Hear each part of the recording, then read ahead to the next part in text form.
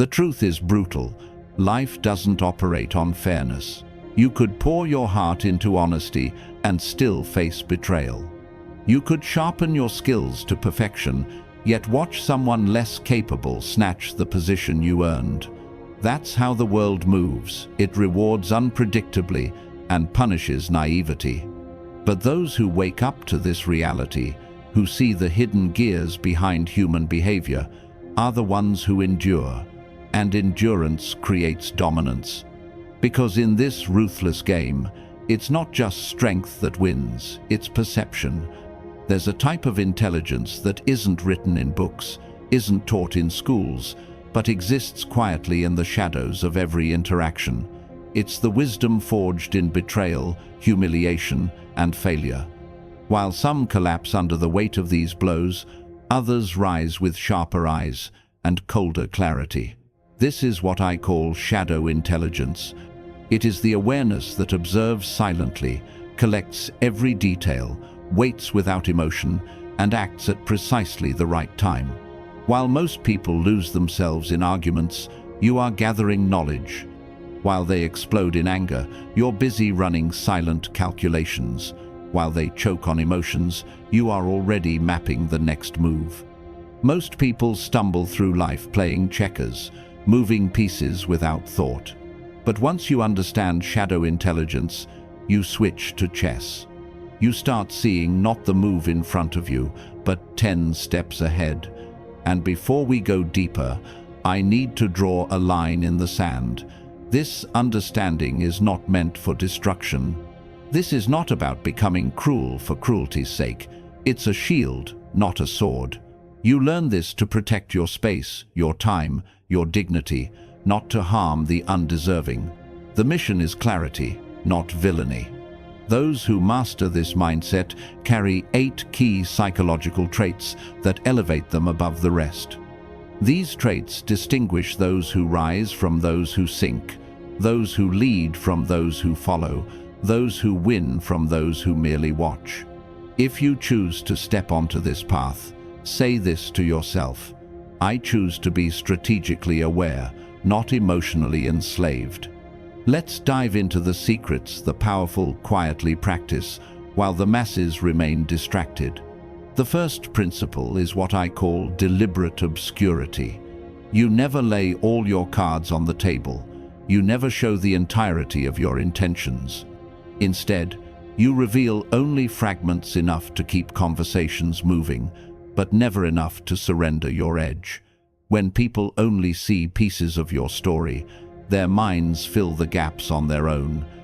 And here's the fascinating part: their imagination begins working for you. A half-told story breeds curiosity, and curiosity leads to fascination, and fascination builds influence. History is filled with figures who thrived by being unreadable. Their silence was louder than words, their smirks more powerful than speeches. Understand, this is not about weaving lies, it's about sculpting perception. Most people feel compelled to overshare, believing full disclosure builds trust. But in reality, it often strips you of your leverage. Mystery has always been magnetic. When you give less, people value your words more, because scarcity breeds importance. For instance, when someone casually asks about your plans, most will respond with blunt details. Just watching movies. Nothing special. Forgettable. Now compare that with, I've got something I need to take care of. And then smoothly shifting the topic. That single vague statement sparks more interest than the overshare ever could. People will lean in, wondering, speculating. That's the difference between transparency and intrigue. Your information is currency. Don't squander it by spending it recklessly. Instead, invest it strategically, share it with intention, and watch as others place a higher value on what you do reveal. The second trait is what I call fluid identity. You are not fixed. You are not the same face, the same voice, the same energy with every person you encounter. Instead, you shape yourself to fit the environment. Each person you meet filters the world differently. Some crave numbers and logic. Some need emotion and story. Some think only in visions of the future, and others care only about what works here and now. If you speak to them all the same way, you'll connect with few and alienate many. But if you learn to mirror and adjust, you'll connect with nearly anyone. Think of it like water. Pour it into a cup, it looks like a cup. Pour it into a vase, it looks like a vase. The form changes, but the essence doesn't. Likewise, you adjust your tone, body language, and words without betraying your core principles. That's not faking, it's effectiveness. People confuse authenticity with uniformity, believing they must show the same side to everyone. But true authenticity is deeper. It's being real in essence while tailoring your delivery so others actually receive it. The most influential leaders, negotiators, and communicators master this instinctively.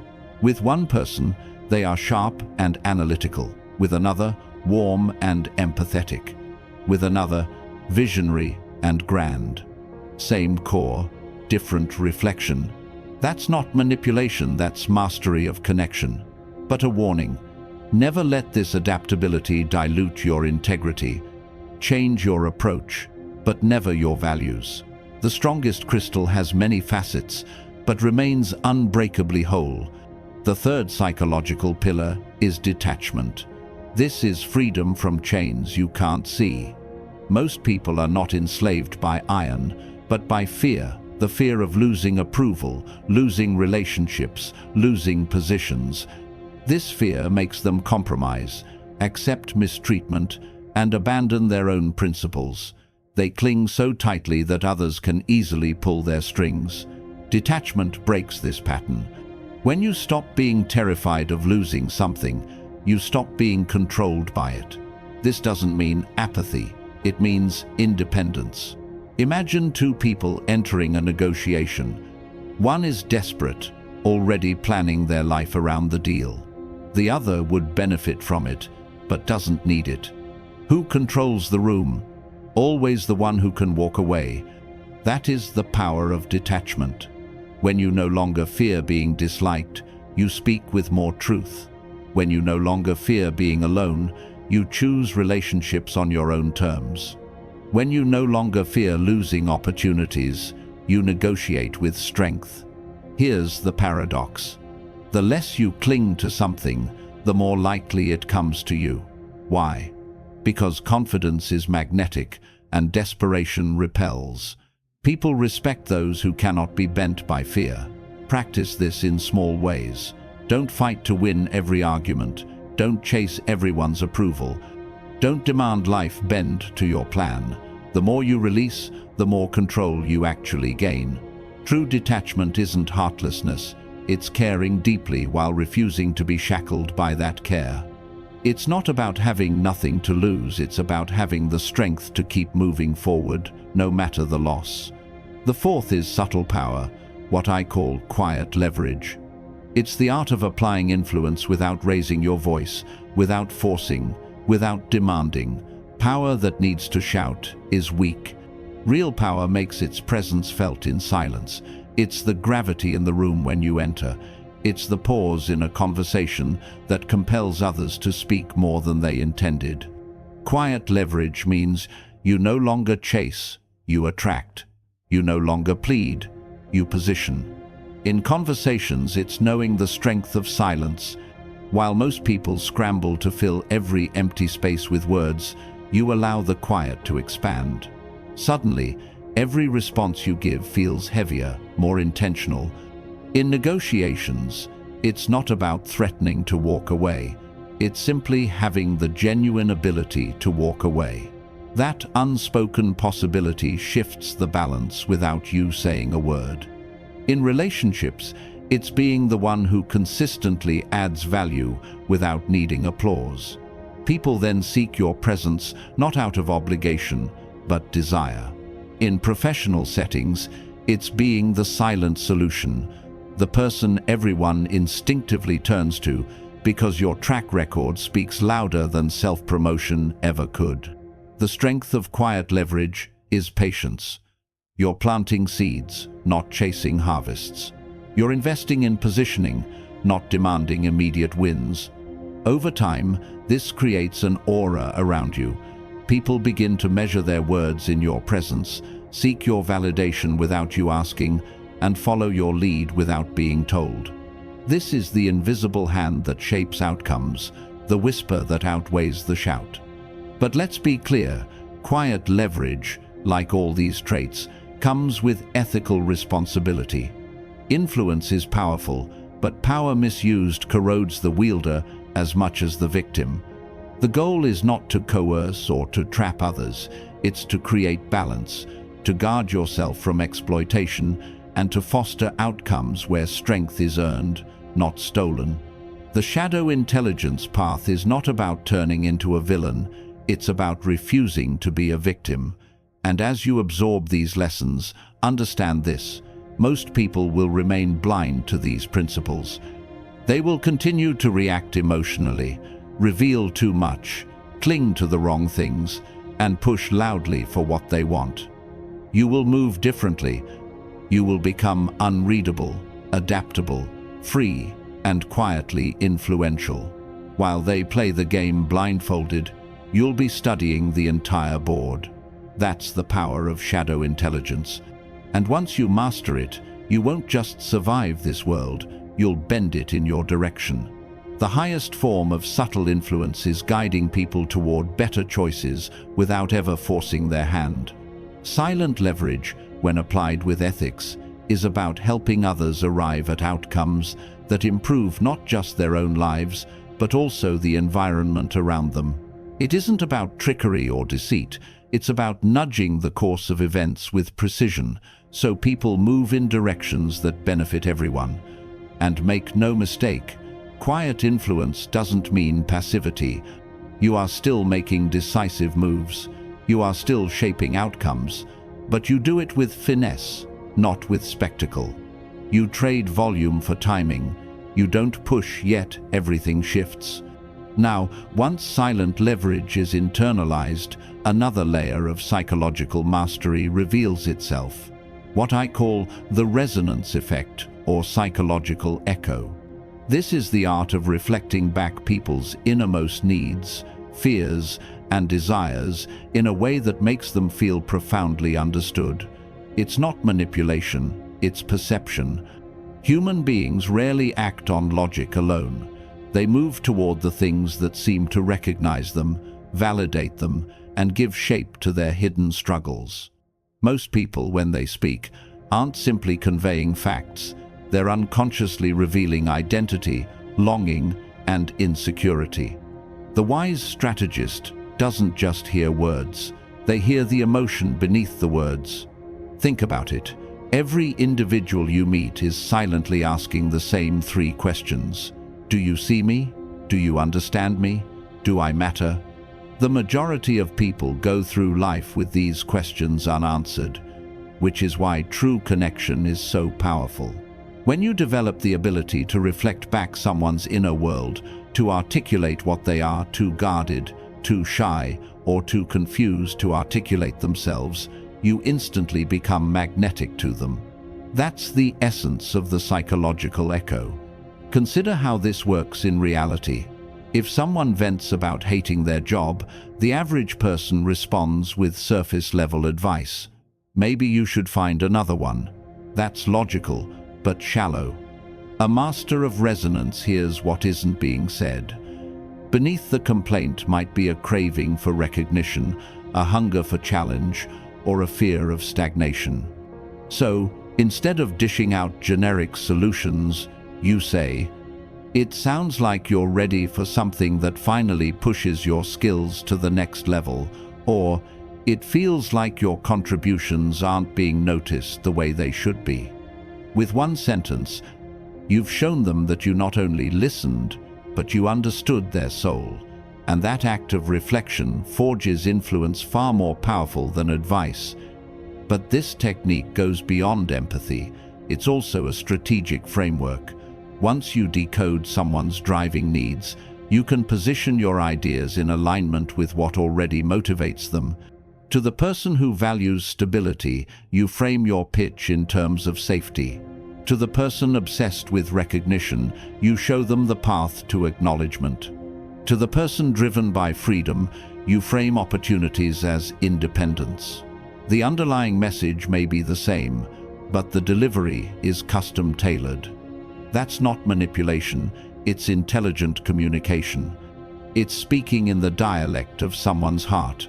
And when people feel truly understood, they naturally align with you, follow your lead, and even fight for your vision as if it were their own.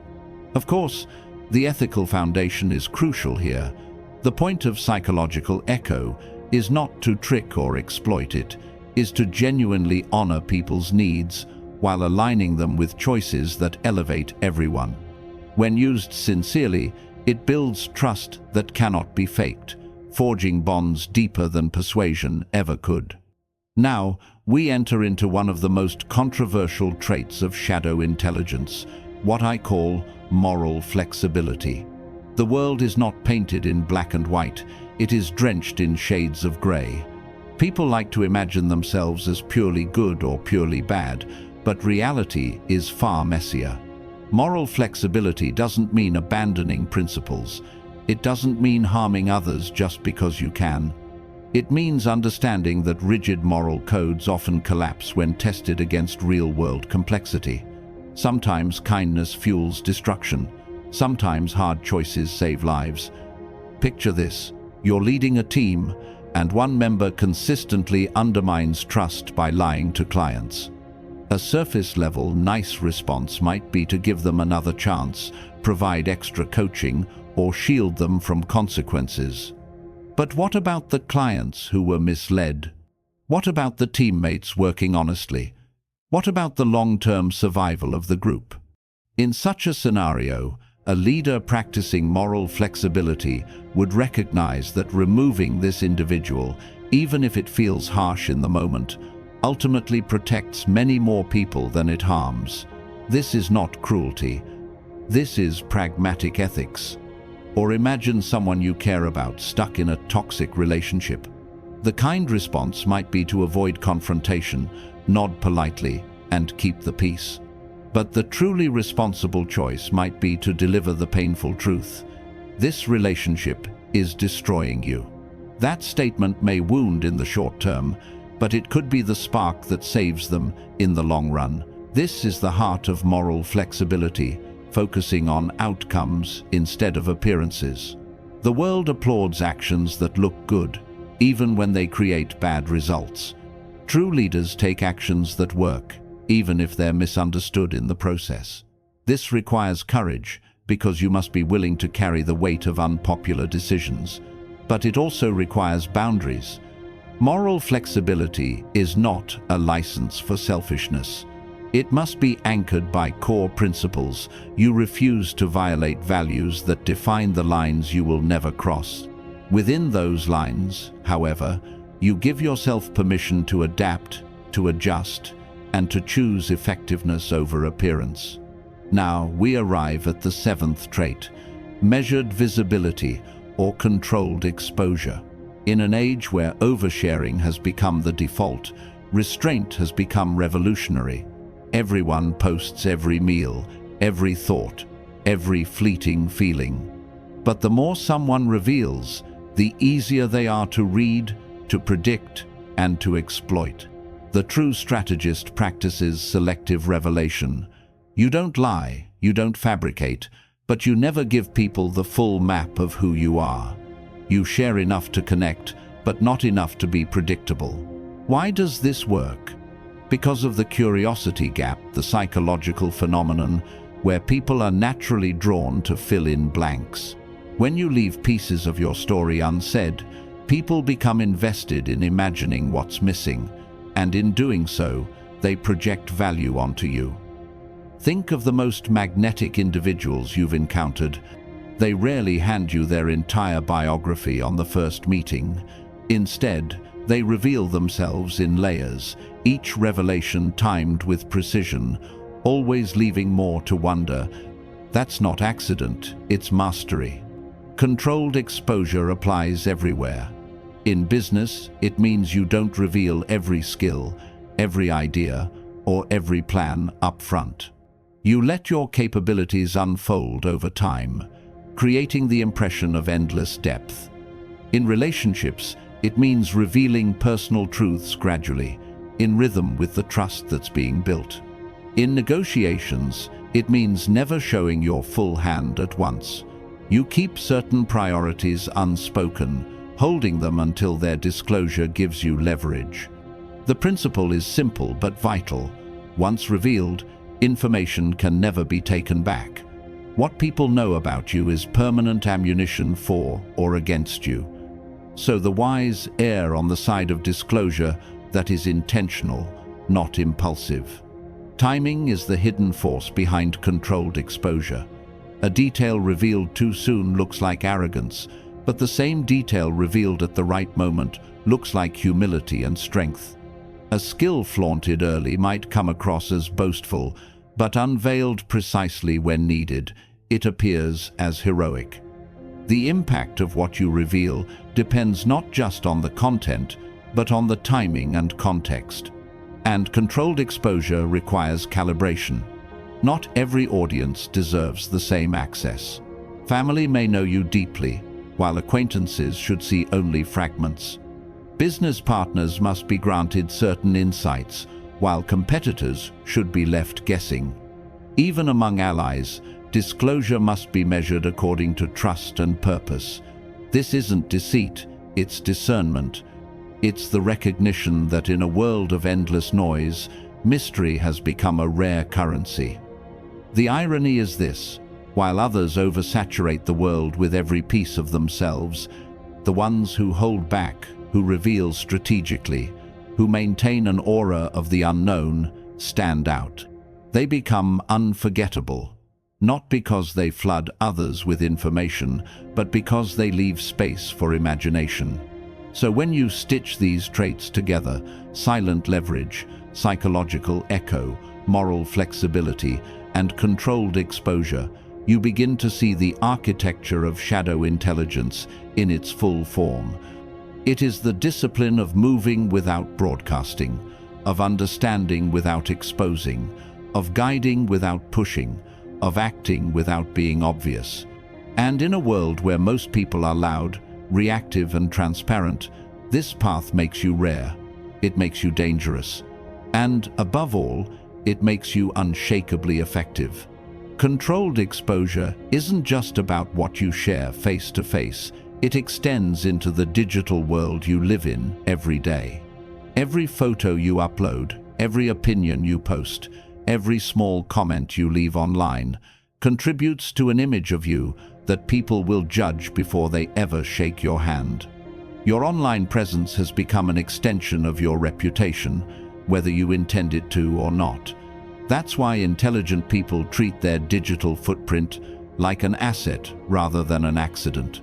They carefully curate what they allow others to see, knowing that their personal brand is constantly being built by both their words and their silences.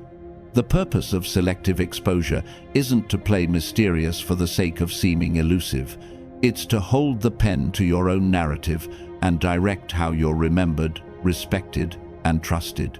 When you reveal information with purpose, you decide which parts of your story matter most for the opportunities and relationships you're cultivating. By shaping the lens through which people view you, you reduce the chances of being unfairly categorized or misunderstood because of fragmented information. But there's a balance you must hold.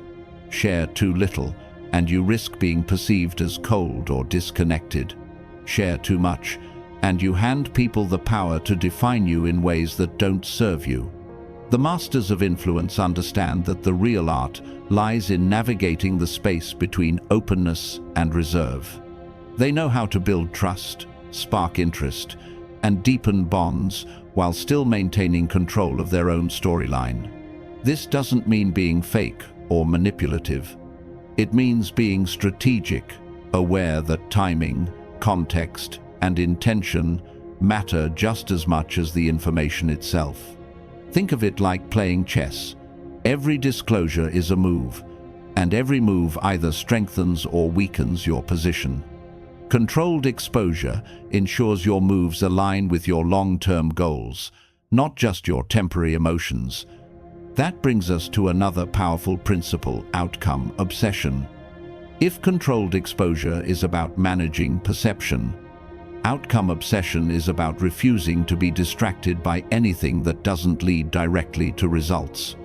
This mindset separates those who merely look impressive from those who consistently achieve impact. Most people waste energy chasing validation. They want to appear smart, be proven right, or defend their ego in arguments. But the individual fixated on outcomes asks only one question: what end result am I trying to create? By stripping away ego and focusing on results, they conserve energy and move further, faster. Consider disagreements. The average person treats a debate like a competition. They want to score points, highlight flaws in the other person's reasoning, or walk away feeling superior. But someone obsessed with outcomes approaches the same situation with a different lens. Instead of asking, "How can I prove I'm right?" they ask, "What's the most useful resolution here?" Sometimes the goal is to change behavior. Sometimes it's to gather information. Sometimes it's simply to preserve a relationship while addressing tension. And often, winning the argument does nothing to move you toward that actual goal. In fact, proving someone wrong often makes them defensive and less likely to change. The true strategist knows that gently guiding someone to reach a conclusion on their own can be far more powerful than humiliating them with facts. This perspective applies everywhere. In business, outcome obsession means ignoring vanity projects that look impressive but add little value. It means prioritizing the initiatives that actually move the needle for growth, stability, or innovation. It means letting go of politics, popularity contests, and meaningless busyness in favor of actions that generate measurable progress. In personal relationships, it looks like choosing peace over pointless conflict. You stop fighting about trivial irritations because you realize the bigger outcome you want is connection, stability, and joy, not the satisfaction of winning every small disagreement. Even in personal growth, outcome obsession changes everything. Many people get stuck in the cycle of trying hard without asking if their efforts actually produce meaningful change. Effort without effectiveness is wasted motion. An outcome-obsessed person has the humility to admit when something isn't working and the discipline to pivot into a strategy that does. This is why outcome obsession creates what I call strategic efficiency. To outsiders, it may look like such people are doing less than everyone else. But in reality, they're cutting away noise and putting their energy into the few things that deliver the greatest return. They live by the principle that 20% of actions generate 80% of results, and they discipline themselves to operate primarily in that 20%. This doesn't mean they're lazy. It means they respect their time and energy too much to waste it. They don't chase every skill or every opportunity. They deliberately cultivate the skills and opportunities with the most leverage toward their goals. Instead of asking, "How much can I do?" they ask, "What's the least I can do to achieve the maximum impact?" That question separates the busy from the effective, the dreamers from the executors. Of course, there's a danger here. A blind obsession with outcomes can tempt you to sacrifice your values, relationships, or long-term well-being in pursuit of short-term wins. That's why the healthiest approach isn't to abandon your principles, but to weave them into your definition of success. The right outcomes are not just about personal gain, they're about advancing your goals while preserving your integrity, respecting others, and creating a net positive for the environment you operate in. When ethics and results work hand in hand, you build not just success but sustainability. You create a reputation that compounds over time, where people trust you not only because you deliver results, but because you deliver them without compromising your character. Another mark of the outcome-driven person is flexibility.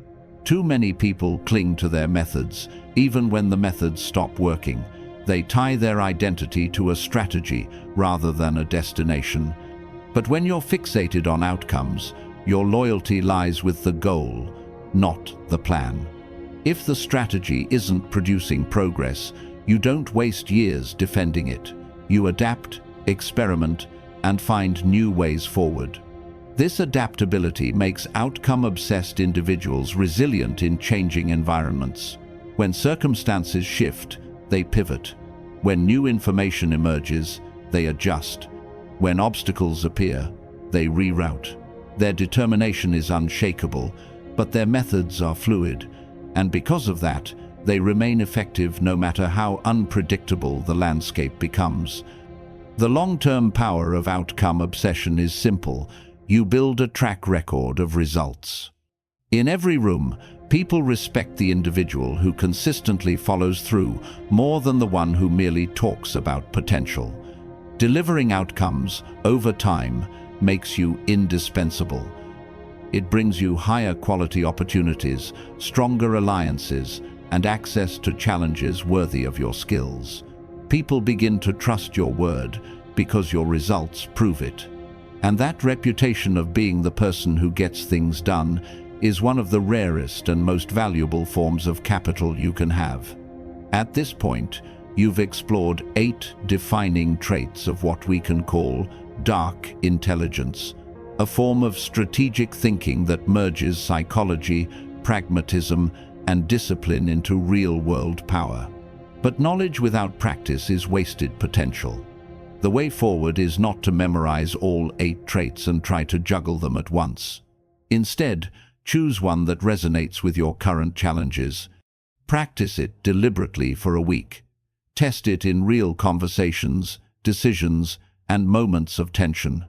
Watch how people respond differently when you act with strategy instead of reactivity. Notice how much more control you feel when your choices are intentional rather than impulsive. But never forget, with power comes responsibility. These tools are meant to protect, to strengthen, and to guide, not to manipulate or exploit. The true role of dark intelligence isn't to gain control over others, but to gain mastery over yourself. It's about becoming immune to manipulation while guiding others toward outcomes that serve everyone involved. When used ethically, these traits make you the kind of person who not only survives complexity, but thrives in it, creating solutions that others can't see and navigating challenges others can't handle. The truth is, the most dangerous person in any room is the one who feels they have nothing to lose. But the most valuable person in any room is the one who deeply understands human behavior and uses that knowledge to lift outcomes for everyone. That's the path you should choose. Don't aim to be feared or blindly admired. Aim to be respected because you consistently bring clarity, results, and integrity wherever you go. True intelligence is not simply the ability to think, it's the wisdom to apply your thinking in service of something bigger than yourself. Stay disciplined, stay strategic, and above all, stay ethical. That is how real power is earned and how it lasts.